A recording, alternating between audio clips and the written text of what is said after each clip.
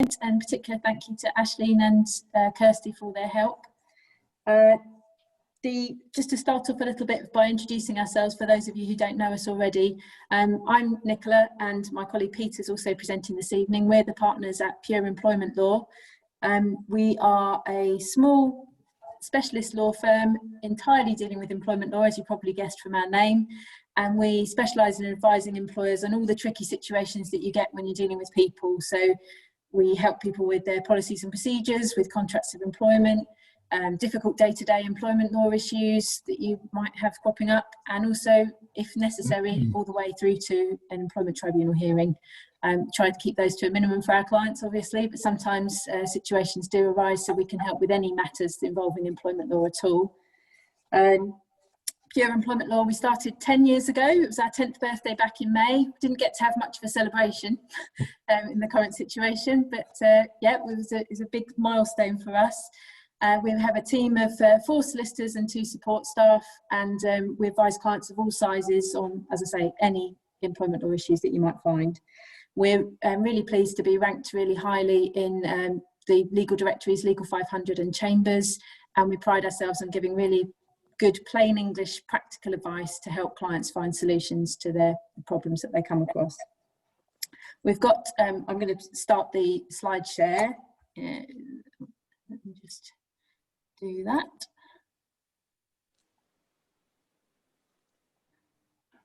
Hopefully everyone can see that.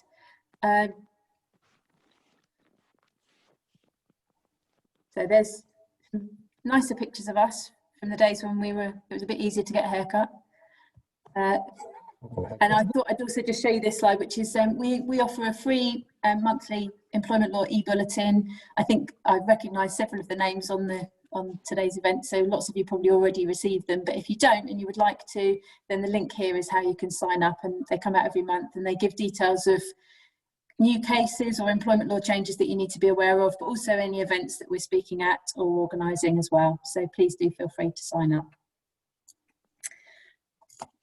The next thing I wanted to talk about was just a bit of housekeeping. So if possible, if you could keep your microphones on mute while we're running the event, just because of the numbers involved, to keep things a bit so that we can all hear each other. But if you could leave your cameras on, as Aisling mentioned earlier, it just means that we can feel that we're not just presenting to a screen, to real people behind the cameras. It's much better for us if that's possible. We've got some polls that we're going to do as we go through to try and make things a bit more interactive and to get your views on some of the topics that we're going to be talking about. Many of them, as you can imagine, are related to the current situation. We tried to keep things as topical as we can. The Corona coaster, as some people are calling it, is obviously going to dominate. We have tried to introduce some case law updates at the end that cover all of the legal developments over the past 12 months, but most of the topics by popular demand for tonight are related to the coronavirus pandemic and how employers are managing the situation. As Aisling's already mentioned, but just to reiterate, if you have any questions, please do feel free to put them in the chat box. What we're going to try and do is have some of the most popular questions will be answered as we sort of reach the end of a particular topic, but we have got a big section left at the end of the event for a sort of mop-up Q&A for anything that you might want to ask, whether it's about the topics or any other employment law question. We're aiming, obviously timings are a little bit flexible because of the questions, etc., but we're aiming for a comfort break for everyone at around 7:15, and we're aiming to have the sort of big Q&A session starting about 8 o'clock with the event finishing at 8:30. Right, well, I'm just about to hand over to Peter, who's going to get us started with some of the recent sort of legal changes resulting from the coronavirus. Okay, thanks, and good evening, everyone. Obviously been an incredibly difficult year for businesses generally, and certainly the pandemic has managed to keep HR and employment law incredibly busy. I don't think in 30 years I've ever been as busy as I was back in April. It was just manic. So what I want to talk about is some of the impacts of COVID, but it's by necessity going to be fairly sort of brief. But there's the furlough scheme, which obviously is coming to an end very shortly, the job retention bonus, the job support scheme, We'll talk briefly about managing the return to work, although maybe that's not quite as topical as it would have been a few weeks ago. And last but not least, reluctant returners, people who potentially don't want to come back to work, and we'll talk about those. So with furlough, say ending the 31st of October, so really at the end of its life, 10 million employees have been on furlough. It's a staggering number. And the question for the first poll is, did your organisation use the furlough scheme?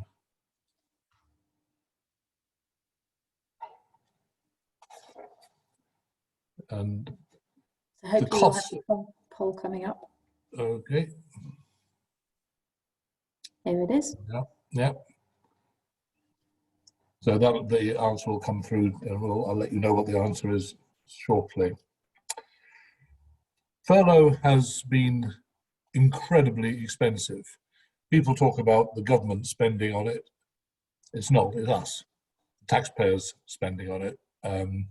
The government doesn't have any money apart from what it takes from us, which is fair enough. It has cost £30 billion on furlough. And I've spelt it out with all the noughts in rather than just put billion at the end because it makes it look a lot bigger. That, of course, is over a 6-month period. When you compare it to the NHS, 134 billion a year, so roughly half of the NHS spending. Defence, 49 billion a year, 50 billion call it, so more than defence in terms of the amount per month. An incredible amount of money. And it's estimated that 3.5 billion has been claimed fraudulently. How you get that estimate, I'm never quite sure, because you can't really say to people, have you done fraudulent claims? Yes, I have. And how much was it worth? Because people are obviously going to say, no, they haven't. But that's what HMRC are estimating. And they have said they will try and recover where sensibly possible.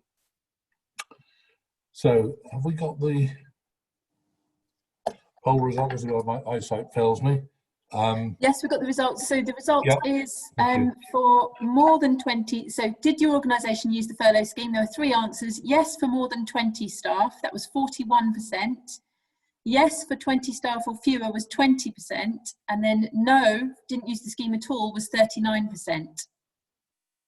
So the majority did use it to at least some extent. Yeah. Yeah. The next thing I want to look at is the job retention bonus, which the whole idea of it, of course, is to try to keep people in employment once furlough finishes, because there's obviously the social side of it, but also there's a huge cost of people becoming unemployed, unemployment benefits, plus, of course, a massive social cost. So the government, or the taxpayer, is offering £1,000 per employee for employees brought back from furlough and kept employed until the end of January, as long as they earn a certain amount. It's been sort of ridiculed in the press to a certain extent as being far too mean, but there is a cost on it. And then we have the job support scheme, which really came out in 2 parts. The first part was where the government said they wanted to preserve viable jobs. So this wasn't like furlough, which basically was there to preserve jobs whether they were viable or not. It was to prevent a mass of unemployment starting when the lockdown started in March. The job support scheme will start from the 1st of November, so it follows on from furlough. And the idea is that the employee will work reduced hours, and the government and the employer will share the cost of the hours which the employee is not working. I'll give you an example in a second just to sort of illustrate that. Worth noting that the government have not yet published the full details of the scheme, so things may change, although I think the basic structure of it won't change. It's a little bit like furlough. They kept introducing new changes every Friday night at about 7 o'clock, just after the stock markets had shut. And then it was left to us to try and work out what the hell was happening before clients started ringing us on Monday morning. And it was a bit of a nightmare. With the job support scheme, on another poll, how many of you are planning to use the job support scheme for your organisation, or that part of the job support scheme?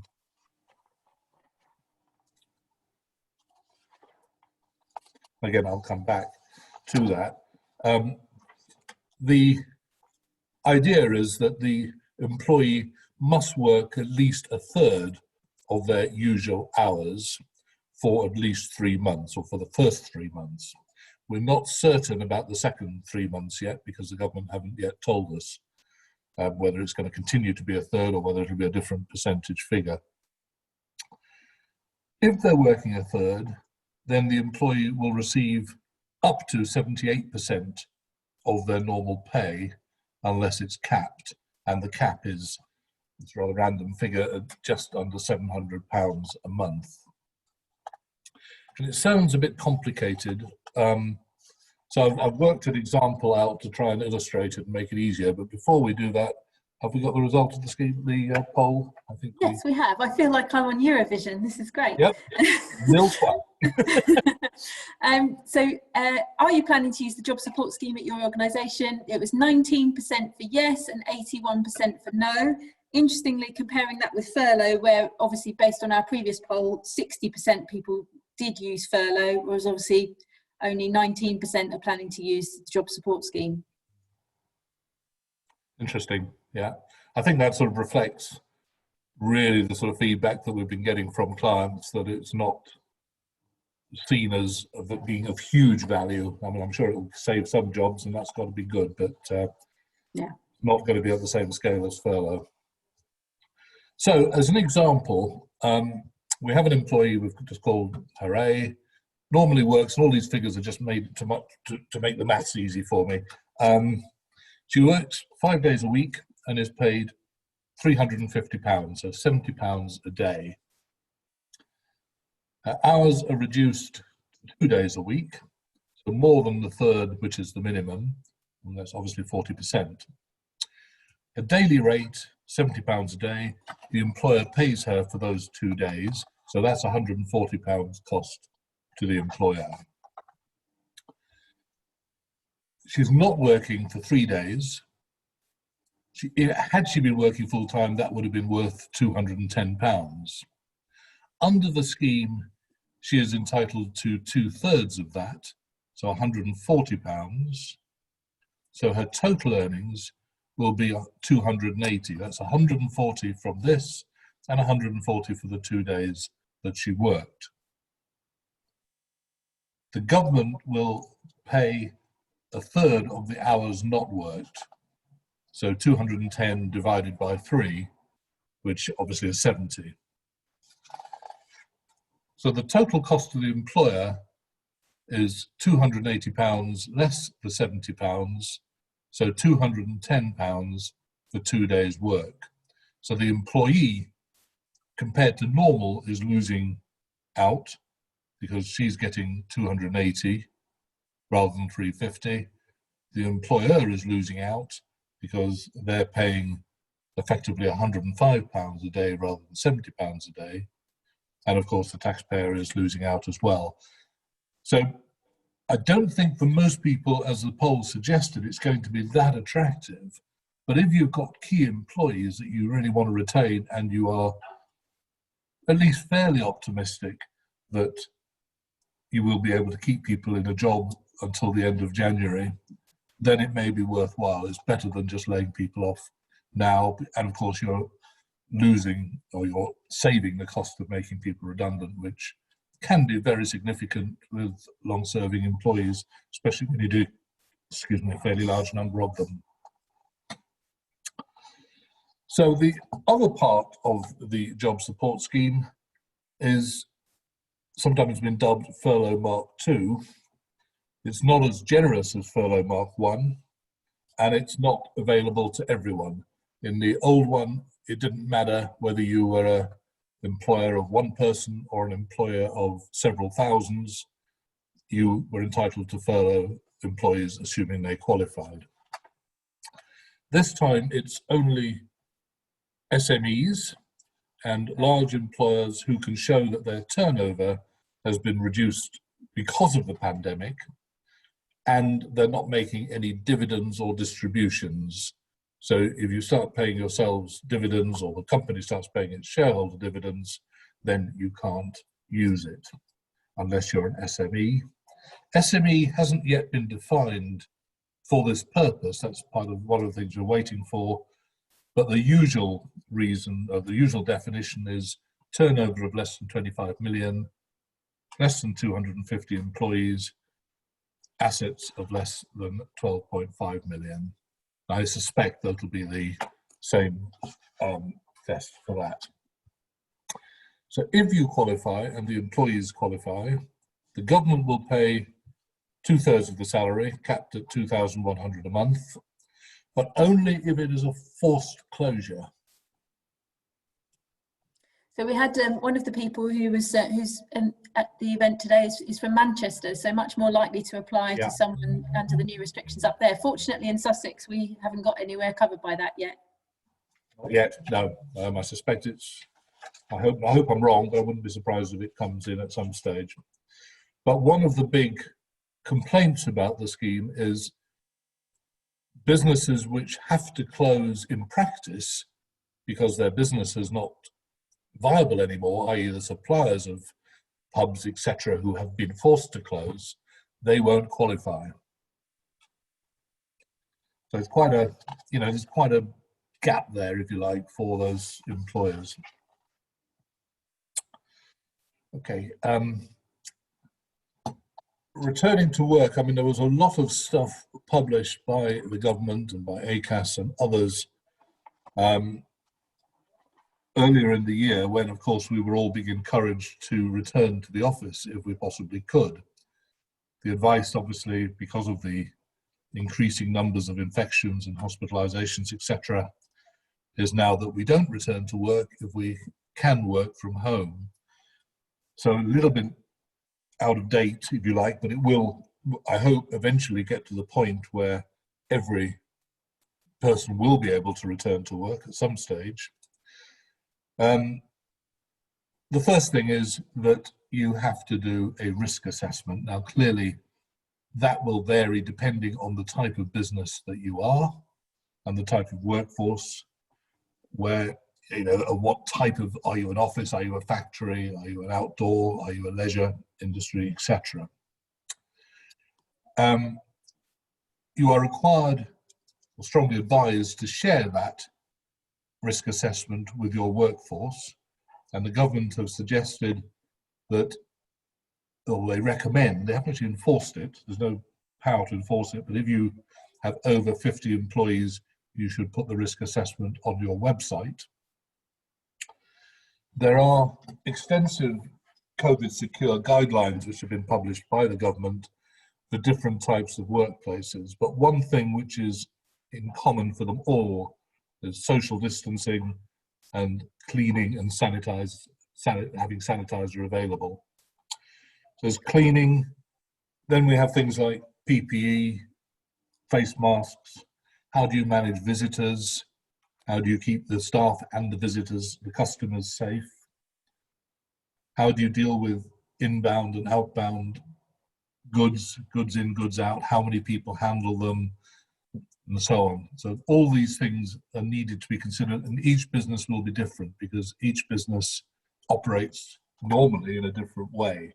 So it's really a question of looking at the guidelines and doing a sensible risk assessment, and certainly, if possible, doing it with the workforce, cooperating with them, because I'll give you reasons in a sec why it's a good idea, but actually it makes sense because they're the guys usually who actually operate the machinery or the goods in or whatever it is. They can probably have a better idea of how to keep COVID secure than you may have.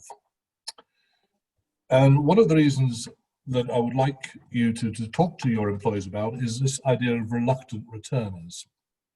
And we've had a few of these with clients so far, and I'm sure it's going to get a lot more as people are sort of being required to return to the office. And there are two really important legislative provisions. One is Section 100 of the Employment Rights Act, which basically kicks in if it protects an employee who raises concerns about health and safety. It's nothing to do with COVID, it's been there for a long, long time. It makes a dismissal of a person who does that automatically unfair. There is no qualification period, so you don't need 2 years service, and you can have potentially unlimited compensation. So it's not only a dismissal, it's also subjecting someone to a detriment, and they then resign and claim constructive dismissal. I'm dealing with a tribunal matter on exactly these facts at the moment, where somebody back in March is saying that they were one of the first people saying, I feel really uncomfortable about the virus, I want to work from home. The employer did let them work from home eventually, but only when lockdown really fully kicked in, when Boris made his announcement, and he was later selected for redundancy because of the downturn caused by COVID, and is saying that the reason why he was selected was because he was one of the ones that spoke out about his concerns about health and safety. Now, obviously, the employer says it wasn't that, it was purely business reasons, but this section has opened up that argument for him. Mm-hmm.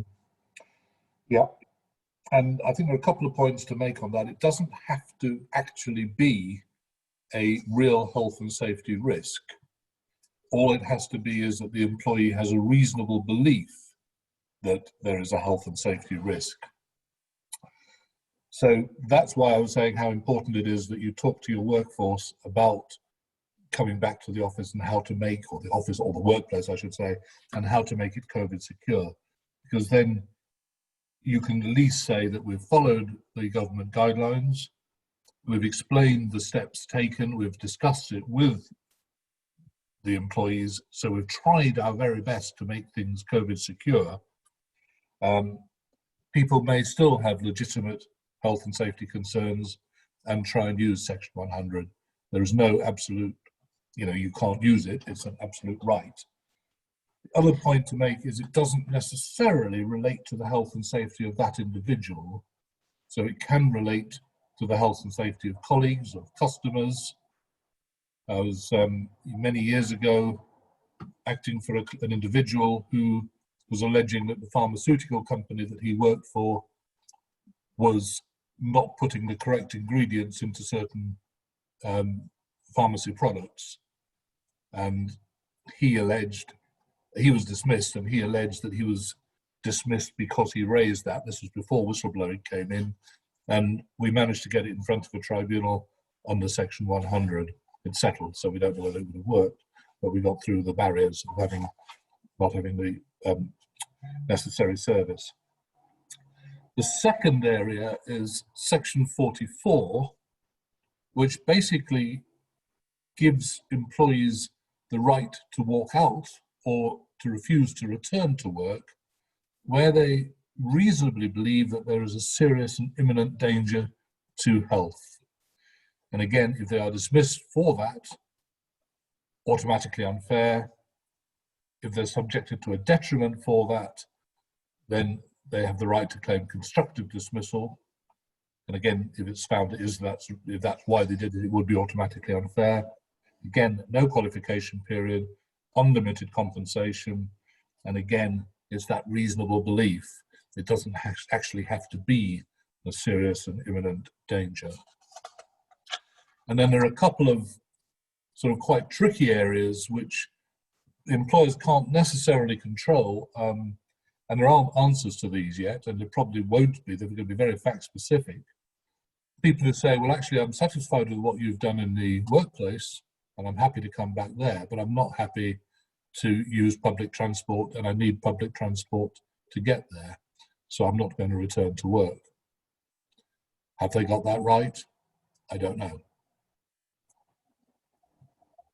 This is something that we're seeing more and more people raising now that workplaces have reopened slightly. I appreciate obviously the current guidance is work from home if you can, but nevertheless a lot of shops that previously were closed now reopened, and if people do need public transport to get to work, particularly when it's crowded at busy times of day, then it's difficult, because you, from the employer's point of view, you think, well, what more can I do? I can't control someone's journey to work.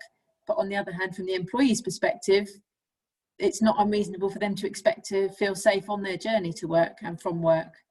So I think that one's only going to be resolved once we start seeing some cases trickle through. But one of my topics for later on is tribunals and their caseload, and it could take quite a long time for that to happen. Yeah. The other one we've come across is shielding family members. I'm happy to come to work, but I'm not happy because I've got a vulnerable person I'm living with, and I don't want to put them at risk. And the last one we put on the slide there is masks and medical conditions.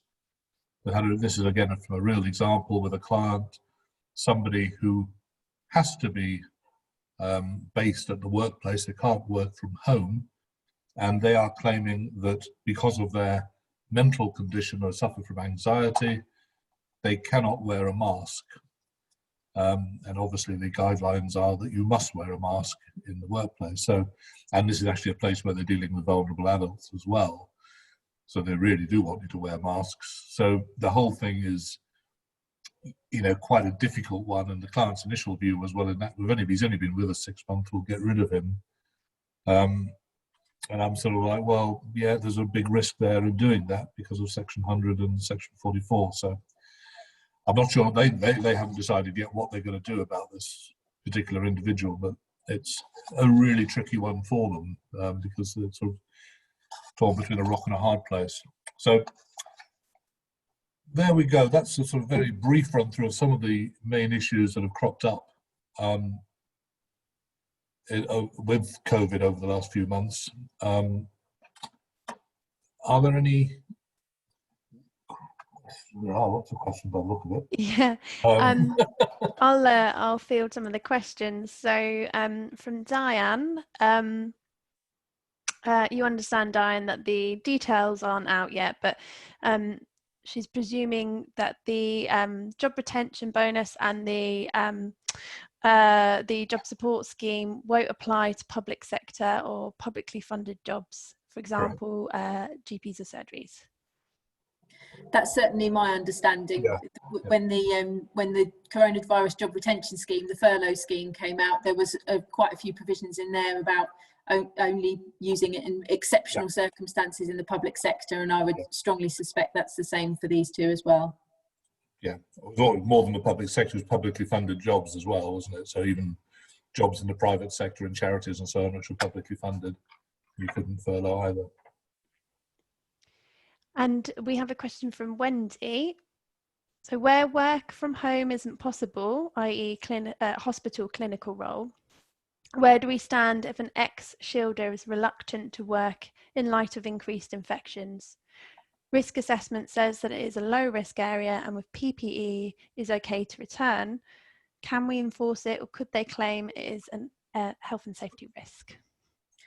Yes, that's exactly right. It's that tension between the risk assessment and the employee's health situation, and to try and find a way forward, I think both parties are going to have to listen to each other, try and modify the risk assessment if there are any further things that need to be done, look at reasonable adjustments if there's a disability situation, but basically just try and work together to find a way through, and there will be situations where there just isn't a way through. Mm-hmm.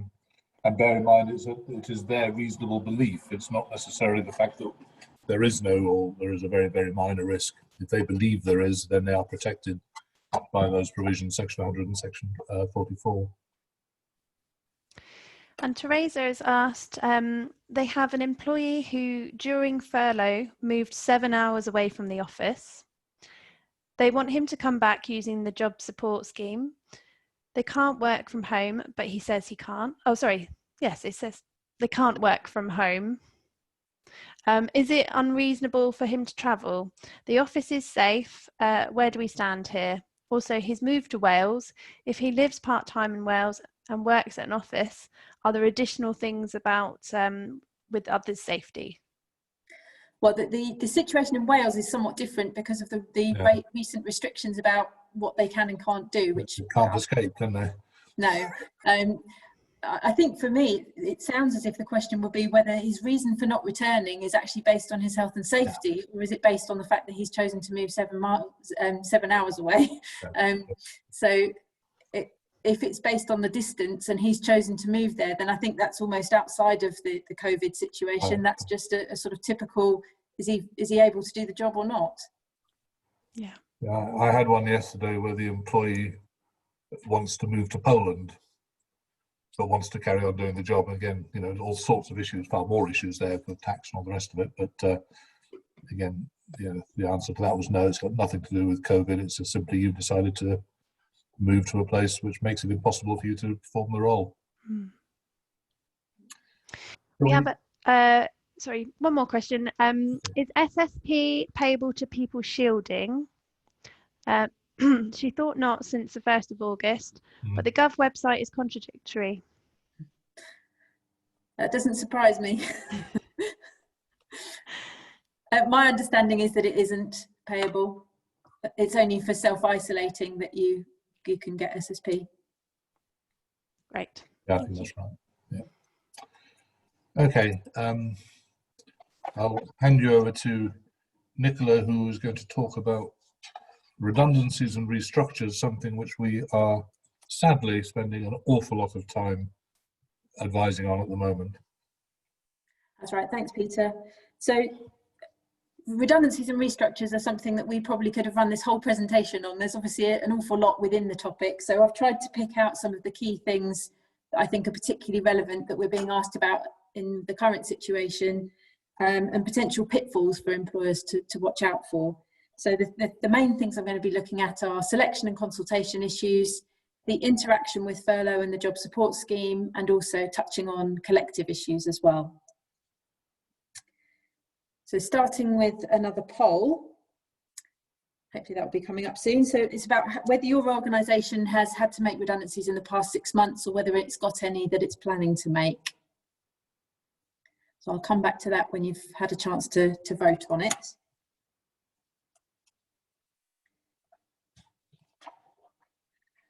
Looking at the redundancies first of all, so the normal rules still apply. So I'm dealing with a lot of redundancies, as Peter mentioned. Clients are often asking us for advice about it. And while the coronavirus situation may be unprecedented, it's important to remember that the normal rules about redundancy still apply. No matter how difficult the business conditions might be, you are still expected to follow a fair redundancy process. And it might be that if you really couldn't follow a process, that you might be able to argue that that could have affect the value of the claim. But let's be honest, we don't want to end up in a situation where you've got a claim in the first place. So the best thing you can do is follow the correct process as best you possibly can. So that means you need a genuine redundancy situation, and there's different ways that can apply. Obviously, there's a situation where the workplace closes completely. That's obviously a genuine redundancy situation. There could be a situation where you're closing part of a workplace, such as a department or a particular site.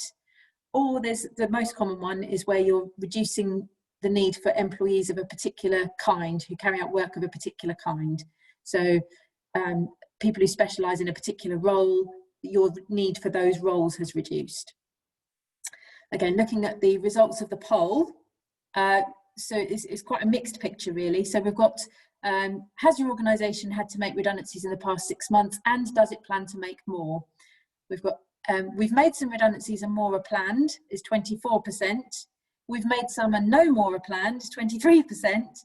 We've not made any, but some are planned, 24%. And we haven't made any and none are planned, 30%. So obviously that's the winner, no redundancies, which is good. But apart from that, it's all quite a close run thing, really. So and that certainly matches our experience of the kind of queries we're dealing with on behalf of our clients at the moment. So we've got, I mentioned the genuine redundancy situation. Then you need to make sure that there is a fair selection process, if applicable. There are some situations where you don't need to carry out a selection process. If you have a reduced need for, Peter always uses widgets, so I'll use widgets. If you have a reduced need for somebody to make widgets, then if there is only one person in your organisation making widgets, then they are the one who would be at risk of redundancy. There isn't a need to carry out a selection process. On the other hand, if you've got a team of people doing equivalent roles, then if you need to reduce headcount, then there would need to be a selection to decide which of them would be selected for redundancy. And then there's a need for a fair redundancy process generally. So not just the selection, but also consultation. Hopefully this is something that you're all really familiar with already, but I think particularly with the pandemic, sometimes particularly for SMEs, the pressure that they're under has meant that almost common sense has gone out the window, and they've felt the need to shortcut things, or perhaps to just say, well, it's obvious we've got to make redundancies, we need to skip the consultation and just get on with it. That's not the case. The normal tests do still apply, so you do need to make sure that you go through that consultation, even if it seems obvious what the end outcome is going to be.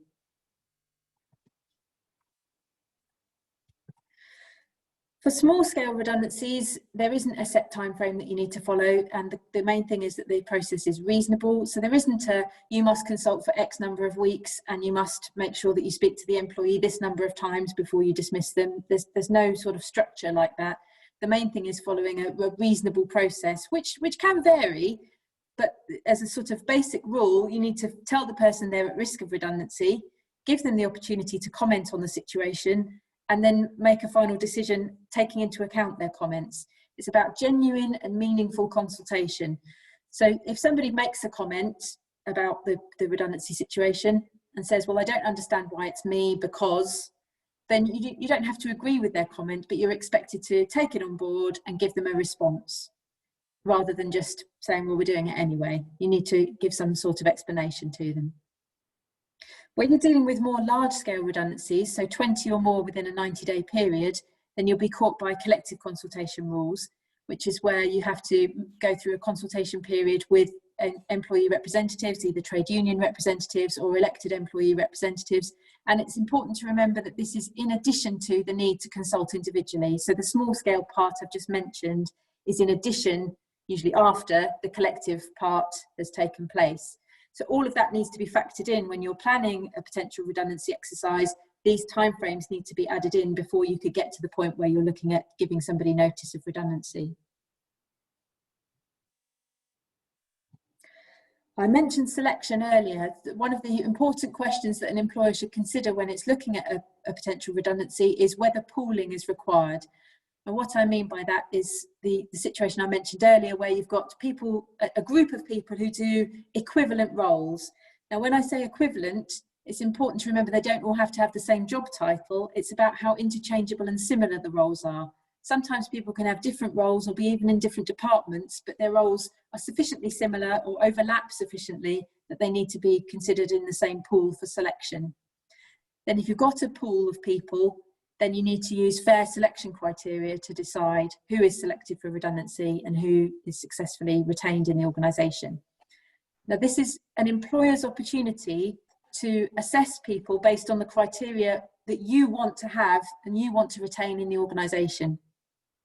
So people often come to employment lawyers, not just us, others as well, and say, can you give me some criteria to use?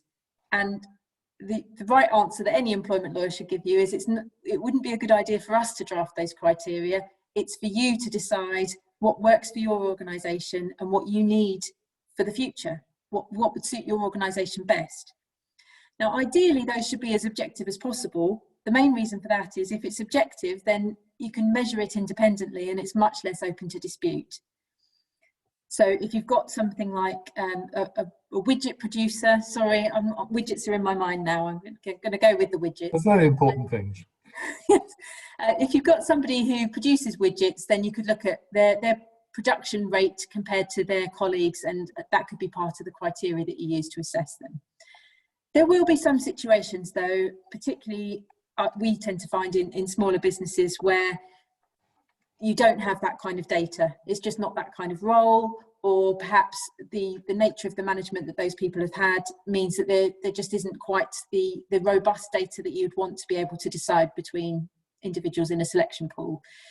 In which case, you might have to turn to more subjective information. Now, subjective is not a dirty word, as I've said here. sometimes if you might have to make a subjective judgment. You can do it, it's just more likely to be challenged. So if you use subjective information, then whoever's opinion you're relying on, usually it'll be the line manager, but ideally you would spread the load so as many different people who've had some involvement with the employee and can comment on their skills and performance might be involved. If those people do carry out an assessment, they need to be prepared to back up their judgments, whatever those judgments may be, and provide some evidence as to why they've scored them in that particular way. It's a good idea to make sure you exclude any potentially problematic criteria. Now, the obvious one is sometimes employers want to include absence record in the criteria. You can do that, but you need to be very careful to exclude any disability related absence from the calculation, because otherwise you're falling into the trap and you'll have a disability discrimination claim on your hands. The same goes for things like family friendly related absences as well. So if somebody's taken a lot of time off to care for their child or an elderly relative, then those need to be excluded from the calculation if you're using that. It's not just absence, any kind of measure that relies on information that could be affected by those things needs to be taken into account.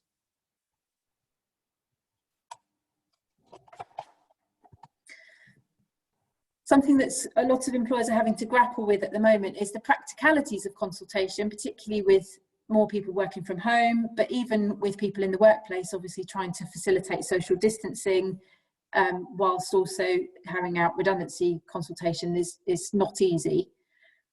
Face-to-face meetings are still taking place, and some people do prefer them because this kind of news is obviously difficult to deliver, and some employees will find it easier if that's delivered face-to-face rather than through a screen. But obviously it depends on what's practical for your organisation. Some people are using Zoom and Teams or equivalent things like that. I think for me it's in a hierarchy. Obviously face-to-face is the best if the employee is happy with that and if you can do it in a COVID secure way. If not, then the next best thing is at least seeing their face on a screen. And if you really can't manage that for some reason, then it would be telephone. But for me, that would be the least preferred option. If you've got employees who are ill, then obviously this is not new. COVID has made it perhaps more likely that people will be off sick, but people have had to deal with redundancy consultations with employees with sickness problems for as long as there's been redundancies. But it's just trying to make sure that you've factored that into your process.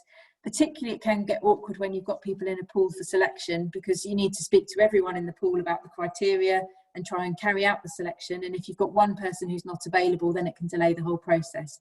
There's no easy answer to it, but it's just trying to make sure that you're not too rigid with your timeframes and you have allowed for these unforeseen events that can crop up.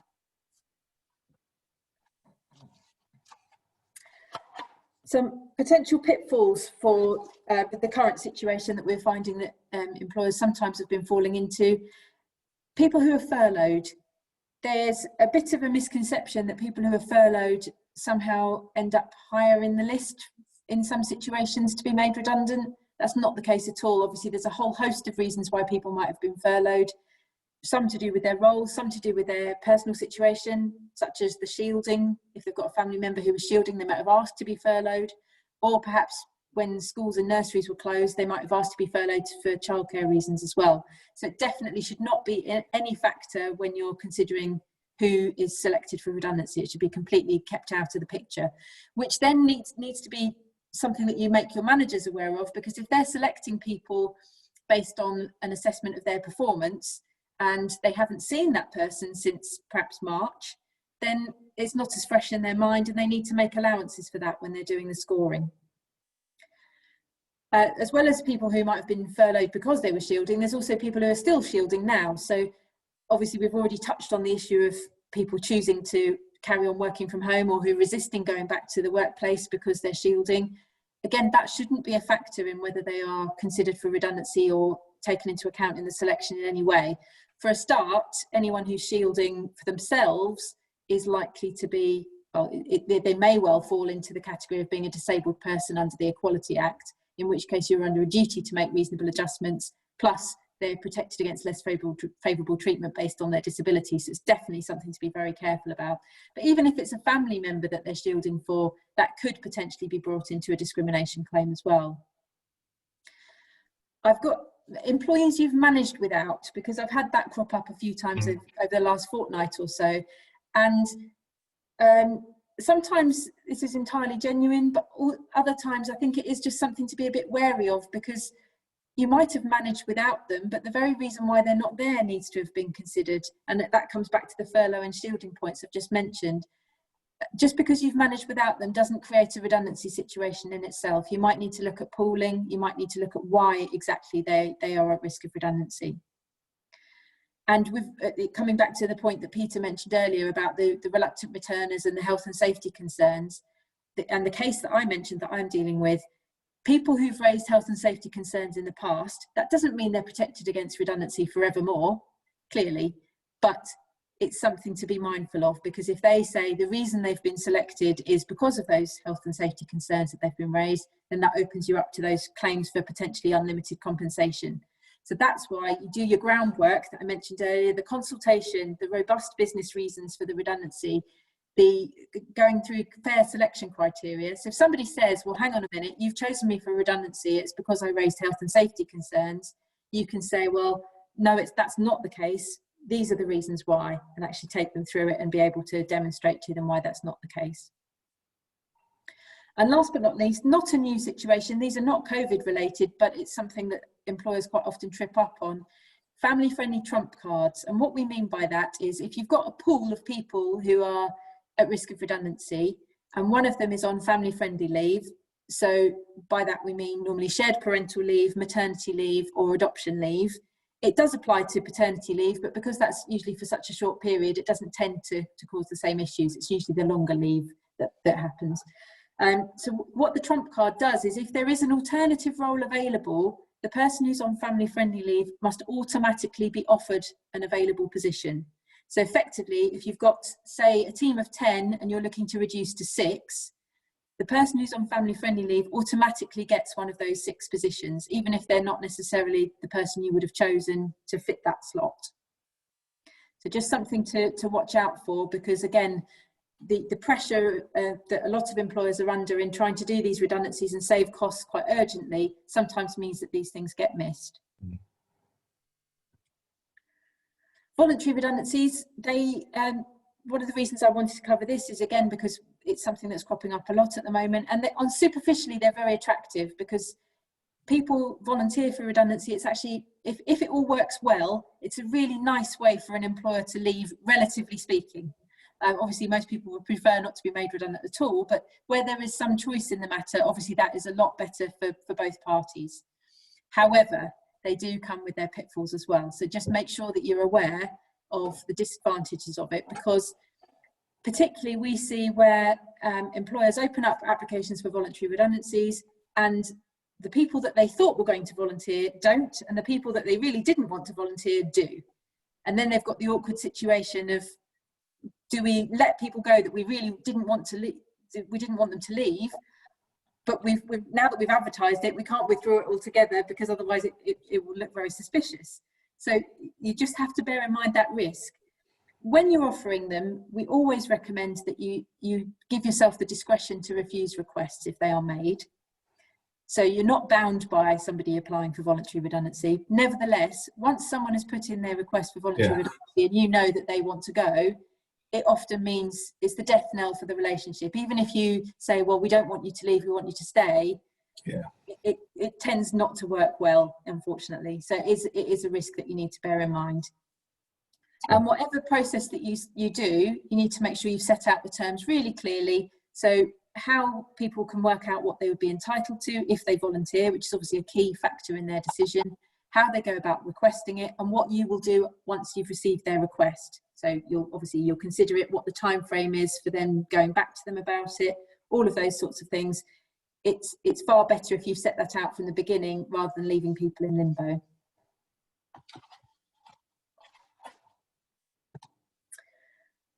And just to sort of a few points relating to the government support schemes for furlough. So the furlough scheme, employees can be made redundant and can serve their notice period whilst on furlough. And I imagine that we obviously in the poll earlier, 60% of people confirmed that they had used furlough scheme, and obviously we've got a lot of people confirmed about the redundancies as well.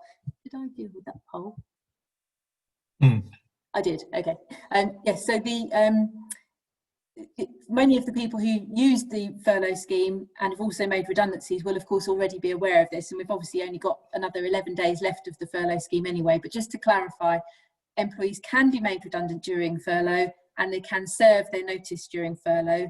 So the employer can effectively claim under the scheme for the pay that the employee receives during their notice period, but the employee needs to receive their full pay for their notice period, so the employer needs to pay a top up. It's not possible for an employee to be made redundant while they are on the job support scheme, the new scheme that's coming into effect from the 1st of November. So that's obviously an important difference between the two. It didn't, from the poll we did earlier, it didn't seem the job support scheme was very popular, relatively speaking. So that may not be an issue, but it's an important distinction to be aware of. You can actually make people redundant, but you have to repay the money, I think, is the way it's been. Yes. So effectively, you can't. Yeah.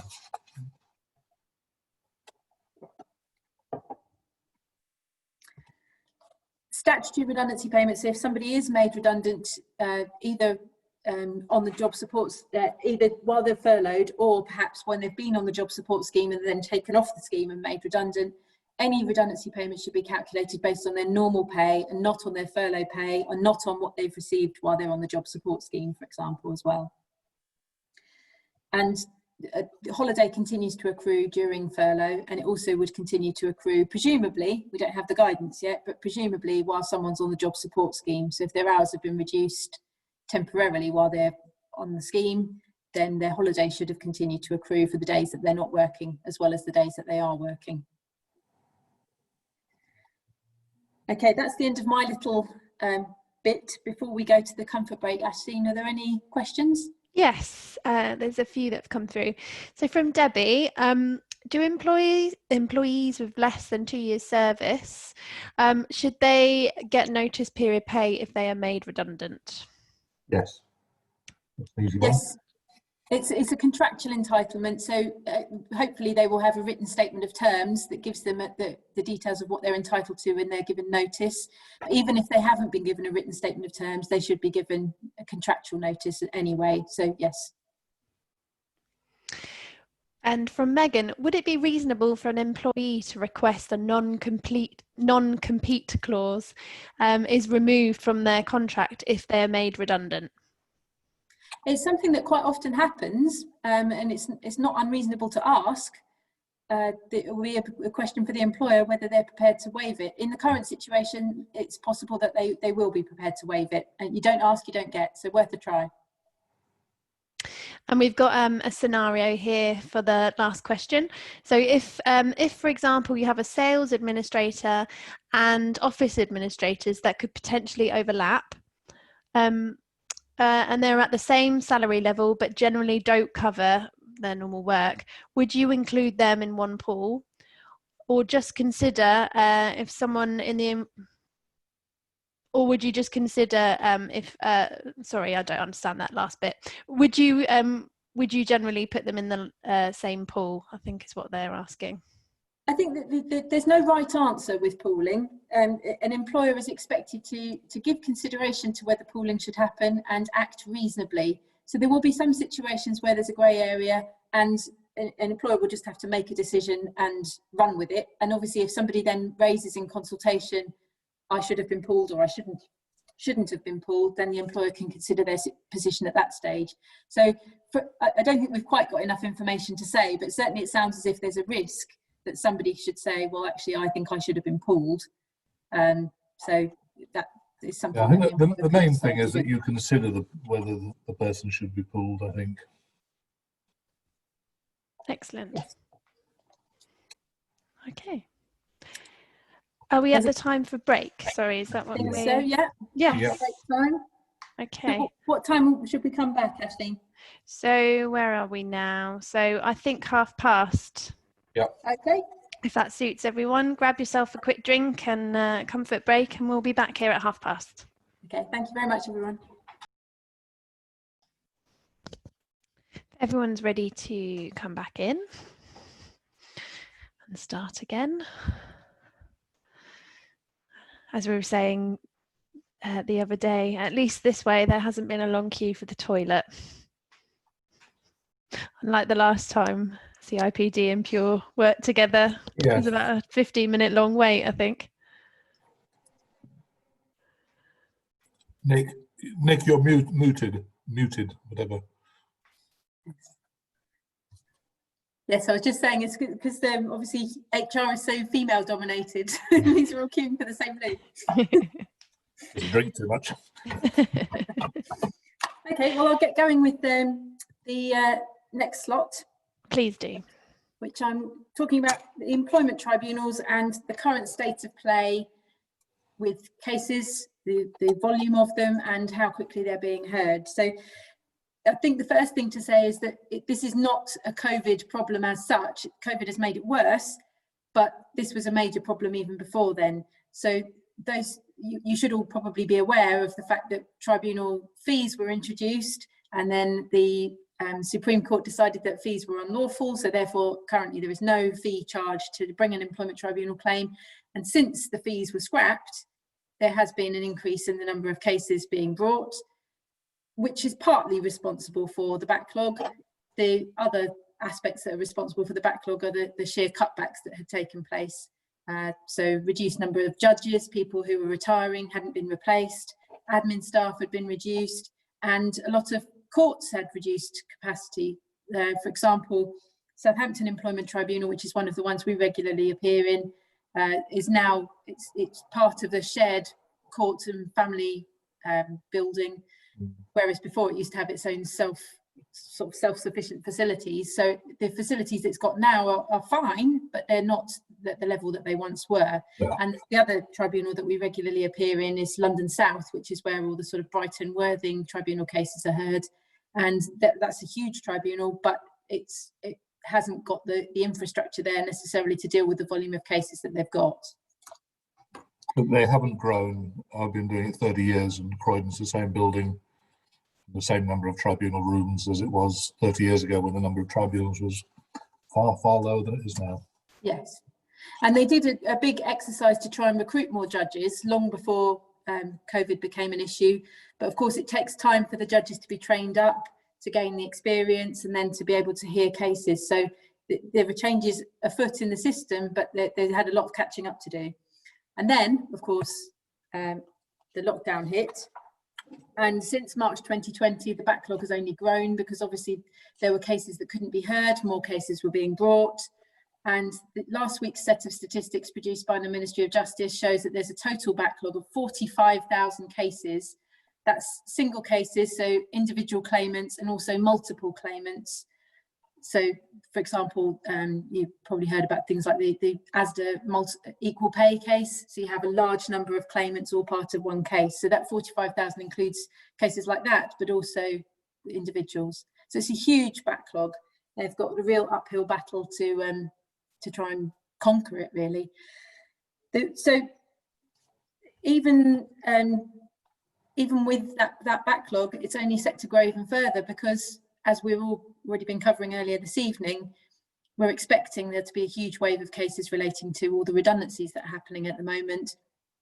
And that's already started to hit, but because the time to bring a claim is, generally speaking, 3 months less 1 day from the date of dismissal, can be extended by early conciliation.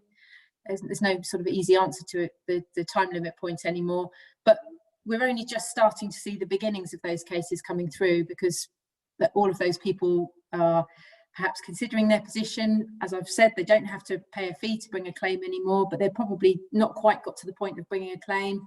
And once they do, the tribunal system's going to really start creaking even more than it is already. And particularly with furlough coming to an end, I don't think the redundancies are higher now than they were sort of 6 weeks, 2 months ago, but the furlough scheme is expected that employers will, particularly as the job support scheme isn't looking terribly attractive, that there will be more redundancies as a result of that. So because of this, I thought it would be useful to do a poll as to whether your organisation has received a tribunal claim in the past 6 months. And you can, if you wish, you can include early conciliation claims within that, just so that we get an idea of the kind of issues that you're dealing with.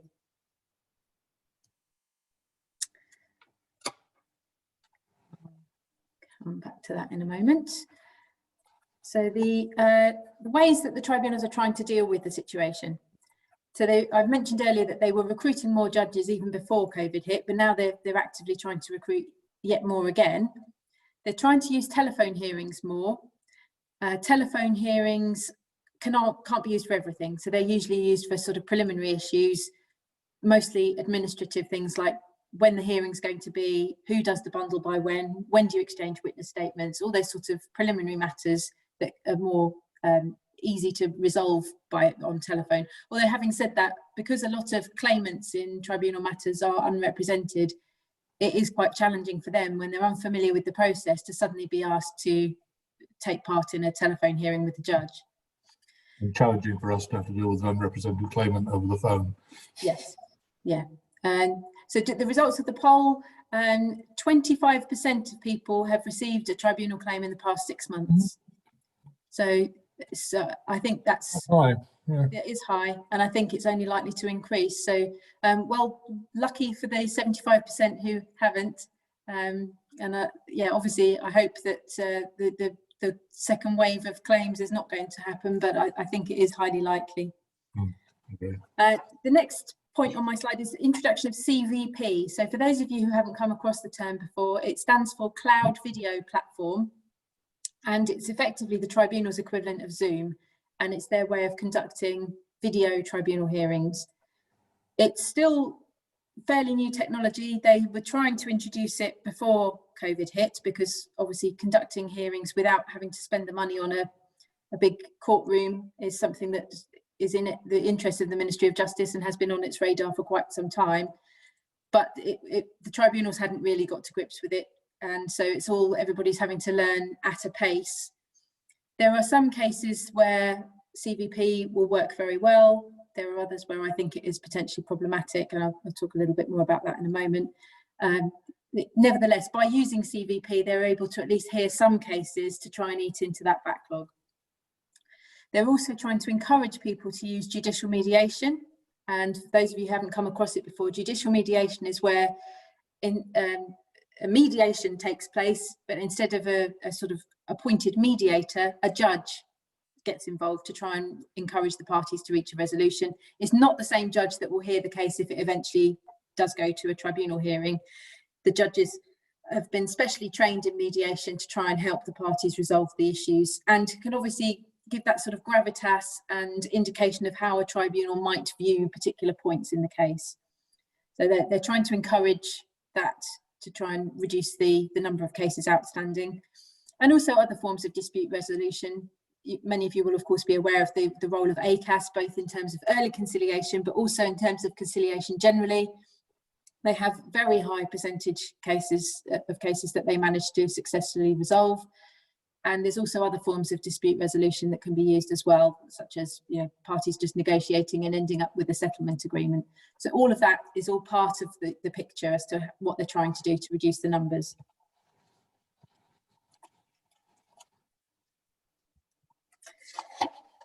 The other measure that they're introducing, which is actually not long come into force, is to try and give some more flexibility into the system. They're trying to allow some cases to be heard by non-employment judges. And most employment lawyers were rather aghast when this was first suggested, but both the presidents of the Employment Tribunal in England and Wales and Scotland have said that they will have authority to veto or appoint the particular non-employment judges that will be used. And I would imagine that they're probably going to be mostly used in things like contractual disputes rather than the more specialist employment areas like perhaps whistleblowing, discrimination, unfair dismissal, etc. Or perhaps the more straightforward wages claims or redundancy payments. But I think it's unlikely that you'll see non-employment judges chairing complex employment cases, certainly before they've had some significant training anyway.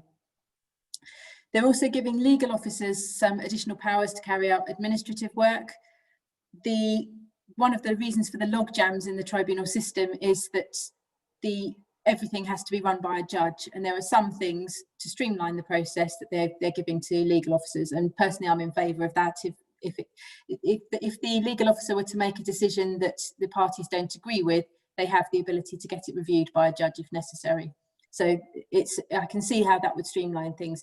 And just to give you an idea of the kind of backlog and how that affects people day to day, I had a tribunal hearing that was listed for the end of September, and it was listed to take place in person at the tribunal hearing in Croydon. And I knew, my gut feel was that it wasn't going to happen because of the sheer issues with trying to hold hearings at the moment. Croydon are holding some, but reduced numbers, and therefore it was highly likely that ours might be the one to get cancelled. And I was trying to contact the tribunal to find out whether or not it would be going ahead, and I was told that they wouldn't tell me until 2 days beforehand whether or not this 5-day hearing was happening. And that was when I was lucky enough to get through to the tribunal. They just don't have time to answer all their phone calls. You send them emails, they don't have time to answer them or even put them in a sensible order to go through them and pass them to a judge. So for issues that you need the tribunal's involvement with, like if the other party aren't complying with the orders that they're supposed to comply with, or if you need to request a postponement, you're just not getting anywhere at the moment. And it's very, very difficult. The other change that they're introducing from the 8th of October is changes to the early conciliation process, which many of you may be interested in. As things were previously, the early conciliation period was 4 weeks, and it could be extended by 2 weeks if the conciliator felt there was a reasonable prospect of the settlement happening. That's now, it's now a flat 6-week period, which I think is sensible for everyone, because it was just causing lots of work for ACAS to try and get the extension dealt with. Most of the time it was just a formality, and it just saves a bit of work that everyone now will be able to be aware that it's a 6-week period.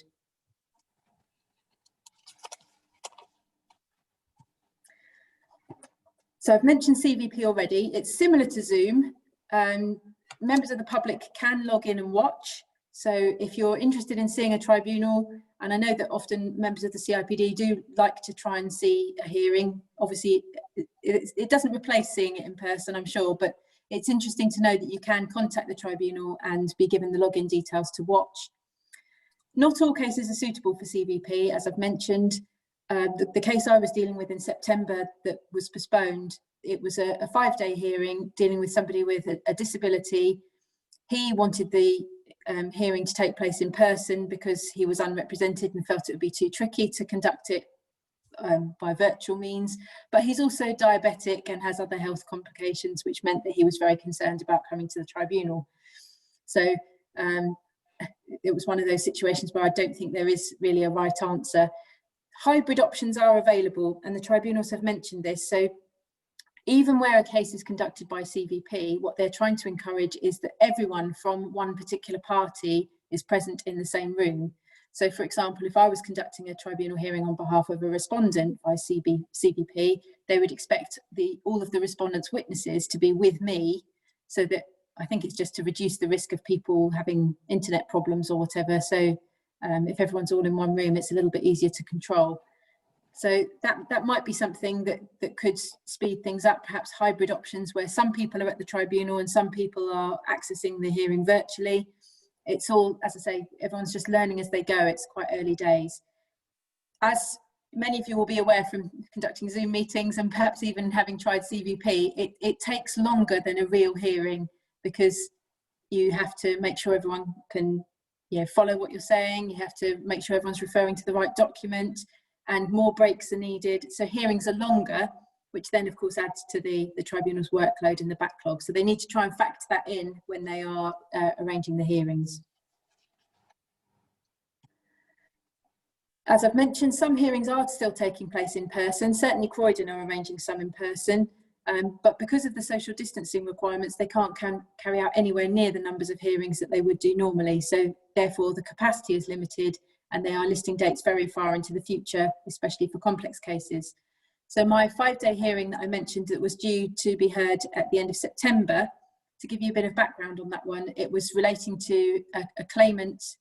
I act for the employer. The claimant was dismissed by reason of redundancy in July 2018. So we'd already had quite some considerable wait to get a hearing in September 2020. And when the tribunal contacted me to say that it wasn't going ahead, they arranged a telephone hearing to decide what would happen next. The telephone hearing was then conducted by a judge from Edinburgh, who didn't even really understand English tribunals law and procedure, because it's slightly different in Scotland. But anyway, his main job, he said, I'm not interested in the details. My job is to get it arranged for the next available date. And the next available date was October 2021. So this claimant has been waiting since July 2018, and his case won't be heard until October 2021. And regardless of the merits of his case, and I obviously act for the employer, so I would say his case doesn't have a strong position. But nevertheless, I don't think it's right that anybody should have to wait that long for their case to be determined, especially vulnerable parties and witnesses. It's obviously an accident waiting to happen, unfortunately. As I say, even with the measures that have been taken, cases are still taking a very long time to be heard, and it causes practical difficulties. So obviously we've got 25% of you have had a tribunal claim brought in the last 6 months.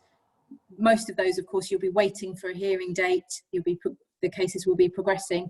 And when the hearing is a long way off, it can cause real practical issues. So I would suggest that you try and get statements or details, notes as much as you can now before memories fade. Try and think about what you would do, because when you've got situations where it can be 3 years before a hearing takes place, some of your witnesses will have left to go to other jobs. That's just a fact of life. And you need to think about what you would do in that situation, because no case should just ideally depend on one person. You need to have a backup plan. And the other thing that I wanted to mention is its relevance to remedy, because remedy is whatever outcome the claimant is seeking from the case that they're bringing. So most cases that's compensation, and the delay doesn't help, because it obviously makes it very difficult for an employer to show that the person should have made more of an effort to look for a job 3 years ago, because unless you've got the evidence of what jobs were available 3 years ago, you're going to find that very difficult to prove. The other thing, of course, is that the current situation with the job market being the way it is, people will be out of work for longer, and therefore the value of their claim could be higher, which could make it more difficult to settle. The flip side of that is that what I'm finding with some of the negotiations I'm doing is that claimants are very aware that it could take them years to get any kind of resolution to the matter. No claim is guaranteed to succeed, but even if they did succeed, it would take them a long time to get any compensation. So that is something that is being taken into account in terms of whether settlement could be reached. So would people rather have a settlement that they think is lower than what their claim is really worth, but at least have it now, rather than fighting out for compensation that they might not see for a long, long time?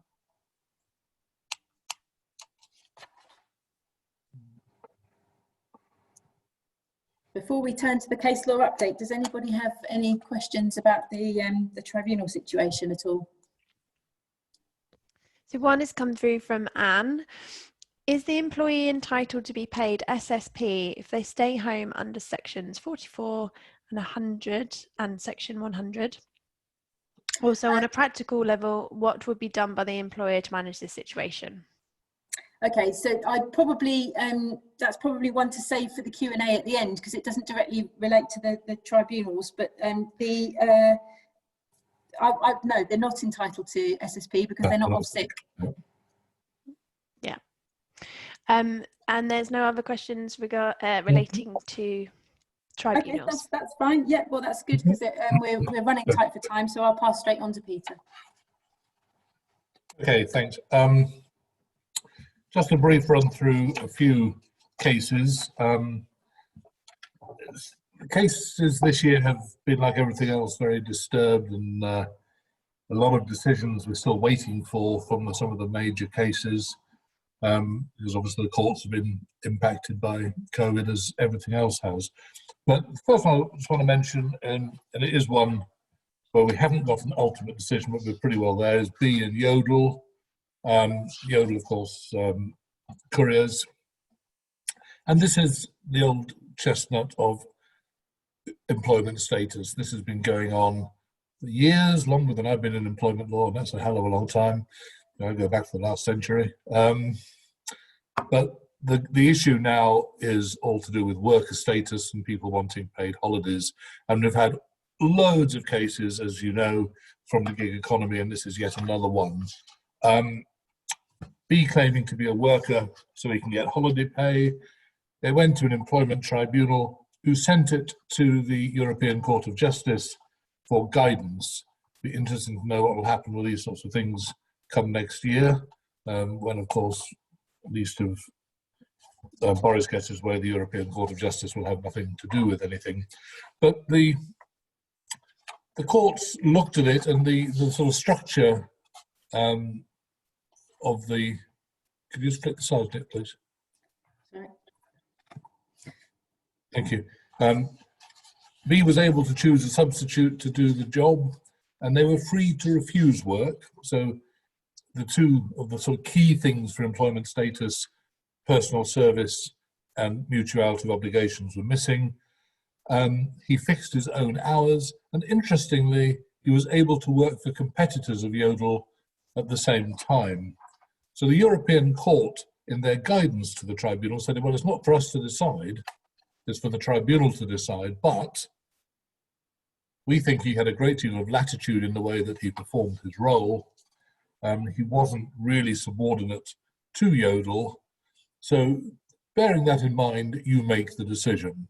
So the tribunal haven't yet done that for the reasons that Nicola was just saying, that they're completely swamped.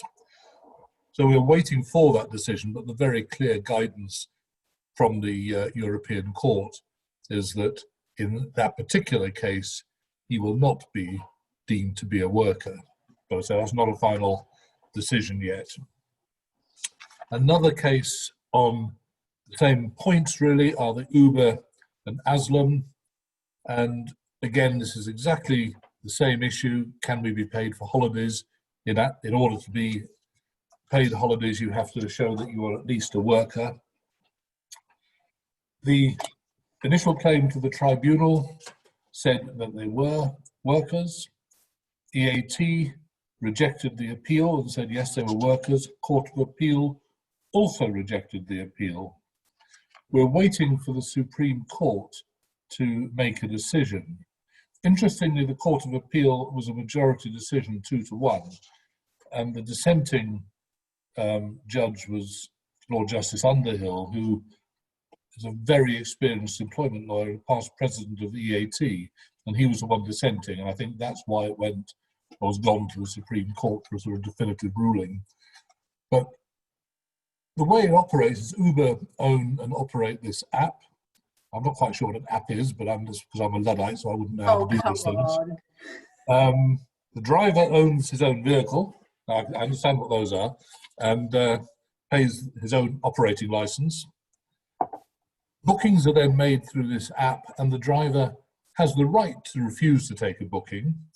But if he does it too often, then he gets warned that the app may be removed from him. So it's, yes, it's a freedom to refuse, but with a caveat that if you do it too often, then you won't be able to carry on working with us. I won't say for us. And Uber decide the route that the driver should take. It's only if the client says otherwise that you can deviate from the route that Uber say, which I find quite extraordinary, really. Uber set the maximum fare, so they say this is what you will charge the customer, or you can charge less if you like, but this is what you normally would charge. The passenger then pays Uber, who then pay the driver less their fee for the use of the app, which is between 20 and 25%. So we're waiting for that final decision. If I was a gambling man, which I'm not, I would say that the Supreme Court are likely to hold that they are workers, but time will tell. I watched some of the submissions that both parties were making to the Supreme Court because it was all available to watch online, and it was really interesting actually hearing some of the arguments. It's I think some of the summaries that have been made in the press make it sound much more one-sided than it is. I think there's a lot of arguments on both sides. Yeah, that's a fair point. Yeah. The next case I just want to briefly mention is Mencap and Tomlinson Blake. Again, this is a one we're waiting for from the Supreme Court. It's to do with minimum wage and sleep-ins. So when people are required to sleep on the job in care homes or that type of operation, Are they due to, should they be paid the minimum wage for all the hours that they're required to be there, or just for the hours when they are working? The Court of Appeal said only for the hours that they were working. This is the one that's gone to the Supreme Court. We await the decision. I think the hearing was back in February or March, so it's been quite a long time waiting. I don't know when it's due to be published, but for those in that sector, it's an important case. But for those in the sectors where they have people on sleep-ins.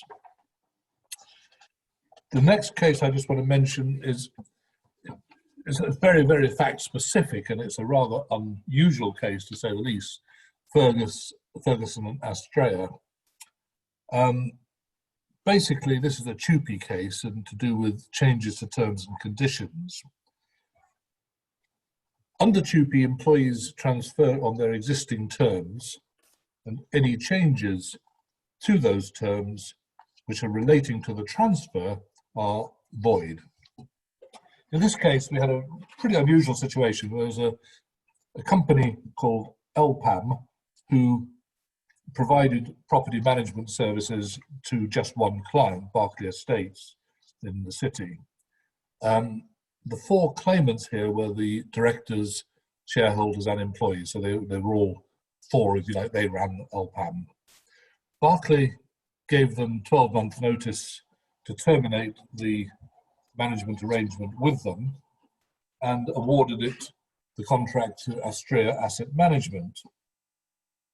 So the four claimants obviously had a year's notice before they knew that their business was going to lose its one and only client, and it was obviously fairly likely that they would lose their jobs. So what they did, rather cunningly, is they amended their contracts of employment to give them a guaranteed bonus, 2 years notice period, and very generous termination provisions. So if they were made redundant or dismissed, they would be paid a high figure. The transfer to Astrea happened, and as they anticipated, Astrea then dismissed them. The question, and Astrea said, no, we're not giving you 2 years notice, we're not paying you this termination payment. And they went to tribunal, and the tribunal said, no, there was no commercial reason for those changes. No reason at all other than the transfer which you were anticipating. And therefore, the changes were void. And it's an interesting decision because what it's showing is even where, as here, the changes were for the benefit of the employees, admittedly for corrupt reasons in this case, they were still void. So it's just one to bear in mind. The next one I just want to look at very briefly is Tan and Copthorne Hotels. Tribunals, as I'm sure you all know, costs do not normally follow the event. It's the exception to the rule when costs awards are made, and when they are made, the average is £2,400, so not normally that significant. This is a record amount of a costs award of £432,000. It's a staggering amount. How they managed to run that up is really a little bit beyond me, but Mr. Tan was the director. He was made redundant. He recorded hundreds of hours of meetings, including with a psychiatrist when he claimed that he had health issues. And this, he didn't tell anyone he was recording them. And this led to a bundle of over 3,000 pages. So obviously it's going to cost a lot of money to familiarize yourself with 3,000 pages of documents. Quite how he got away with that, I'm not sure, because tribunals normally put a limit on the page number on the bundle, but he somehow got away with that one. The tribunal described him as bringing every possible claim he could think of, a real scattergun approach. He brought every form of discrimination that he could imagine. They described him as duplicitous and underhand, and they very rarely made a deposit order, so he had to pay a deposit in order to continue with the case, but he persisted anyway. So the tribunal had obviously no sympathy with him whatsoever, and came out with this very, very high cost reward against him. Whether or not Copthorne hotels are able to enforce is possibly another matter, but they could certainly make him bankrupt or put a property order on him or something. And finally, just a reminder about privilege, because it's often quite misunderstood. Privilege is something which only applies where a person is seeking or obtaining legal advice.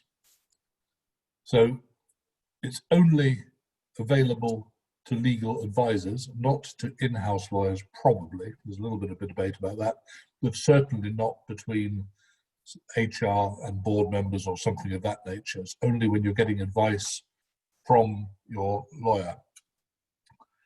And in this case, the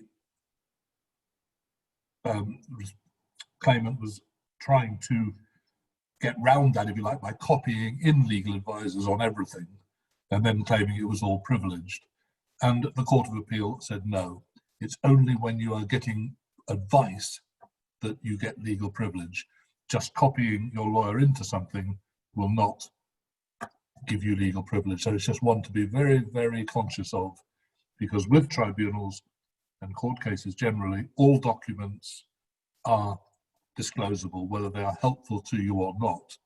And the number of times we have seen clients having to disclose stuff that really they should never have put in writing, they should have had a conversation. And it's time and time again. And then they're sort of, oh, can't we get privilege on it? Email is a horror for that. I think that people often forget how traceable and disclosable emails are. So the general rule of thumb is, if you wouldn't be happy with the tribunal seeing it, don't put it in an email. Yeah, absolutely. Yeah. So that's it. Just a brief run through a few cases, and that's it. Really, we'll open up to any questions. Whether about anything we've covered or anything else employment law that you want to ask. Please send your questions in the chat box, put them down and I'll read them out for you. Yes, so we've got one just come through. Anne is a freelance HR consultant with her own limited company providing advice to clients. Am I giving legal privilege? No. No, you're not a qualified lawyer. So there's only qualified lawyers. Yeah, so that would be solicitors and barristers. Yeah. And legal executives. Legal executives, yeah. So we've got one coming through, a long one, bear with me. If somebody who has ADHD and has had a history over a number of months, some with formal warnings, some verbal warnings of poor behaviour and conduct, which ended up with a physical assault on their line manager. This was reported to the police, who were called to the premises as 2 members of staff felt physically threatened. This ended up with the individual being arrested and bail conditions restrict them from attending the workplace for a period of time. If that person resigned whilst they were suspended pending investigation, which was accepted by the company, meaning that the investigation was halted, where does the company stand if that person then emails and tries to retract their resignation a week or so later? Is the company obligated to accept their retraction? Okay, there's a lot in there, and I would suggest that somebody in that situation, it's obviously a very specific set of facts, I'd suggest that they take some advice. The general rule about retracting resignations, resignations don't have to be accepted. Just one point there, that you mentioned the company accepted it. It's a real misconception that resignations have to be accepted. They're like a dismissal. The employer gets to dismiss, the employee doesn't get to say, I don't let you. It's the same way around with the resignation. The employer doesn't get the chance to accept or reject. But the basic principle is that they should be allowed to retract if the resignation was in the heat of the moment. Now, whether that would apply in that particular very complicated situation, I think I would need to know more in order to give that answer. My gut feel is no, because it was a week later, but that's a gut feel rather than a proper advice, if you like. So this one is just a quick question on Brexit. Emily is looking for information on right to work following Brexit. Will students from the EU require a student visa if starting work with us from January? I wish I knew. We're not immigration specialists, but I'm afraid we're seeing a lot of our clients struggling with the same issues. There's just a real lack of guidance out there at the moment. So I'm afraid we don't have the answers. So one back onto furlough again. Most of our employees have been working from home since March. It looks like we may be working from home for 12 months or more, and the business I work for is doing well. How likely are employers able to decline working from home requests? Well, ultimately, the starting point is you work from where your employer tells you in accordance with the contract. But, and it's a big but, we've got things like Section 100 and Section 44 and so on.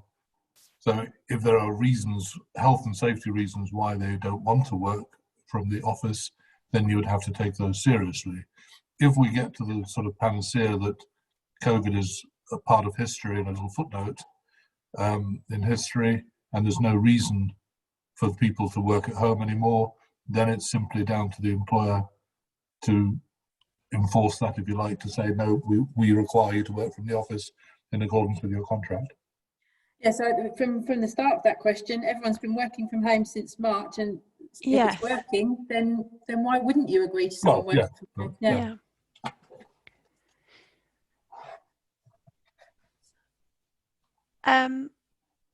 Okay, so if an employee can't work from home and they opt not to come in due to sanctions 44 and 100, what can we do if we exhausted all discussions? That's the one we can't answer. I mean, as I said earlier, the best thing is for employer and employee to try and work together to understand each other's position and try and find a solution. But if the employee is point blank refusing and the employer is saying, well, unless you come in, you cannot do any work, then there's an impasse and something will have to give.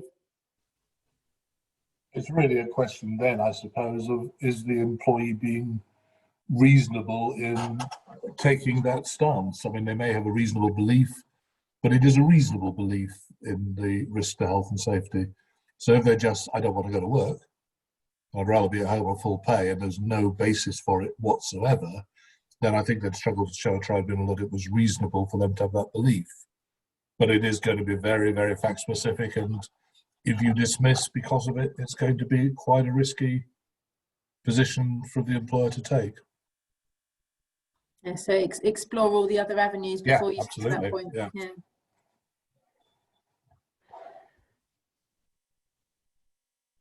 Okay, so this is going back to the Welsh question we had before from Teresa.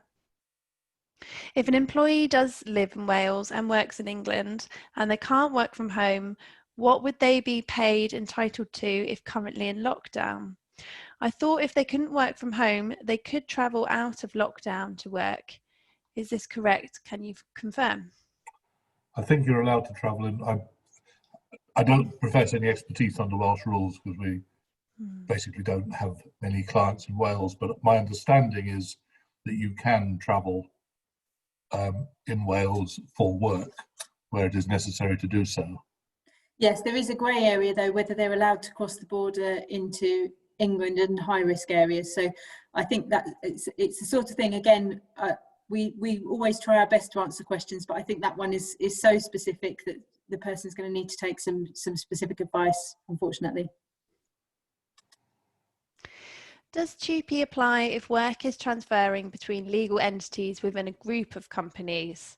So e.g., all 3 roles down to 2 in HR? CIPD can apply in a group company situation, yes. So a transfer from one group company A to group company B can certainly be subject to CIPD, yes. Great. Do we have any more questions? Oh, We had something from Hannah. Apologies if I misheard, but where can I find access to view the tribunals via the CVP?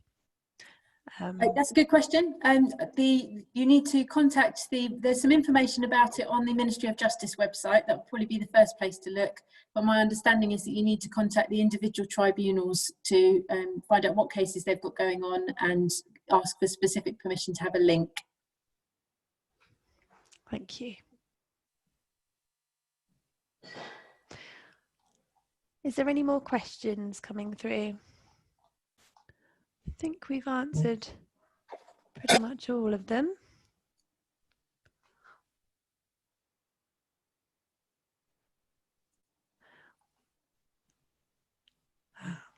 I don't know if you can see the comments, Nicola and Peter, but getting a lot of thank yous coming through. Oh, that's great. Well, thank you all very much. And thank you to Ashleen and Kirsty for their help with the event. I hope you've all found it useful. And if you need any employment law advice, you've got our details, so do feel free to get in touch. Thank you. And yes, thank you both for attending, and thank you everyone else for giving up your evenings and sticking around on the computer a little bit longer than we would normally. Thanks everyone for your questions. If I could just do a quick plug, we've got a couple of extra, we've got some events coming up. Thursday the 5th of November, we've got the North County Network. And then the 17th of November, we have Learning Organisational Design with Christine Locker, and that will be a good one. She's going to be covering values-based practice. So that is on the 17th of November. Well, that's everything from me. Once again, thank you. And thanks, Kirsty, for all of your tech support. And I look forward to seeing you on another night on another call.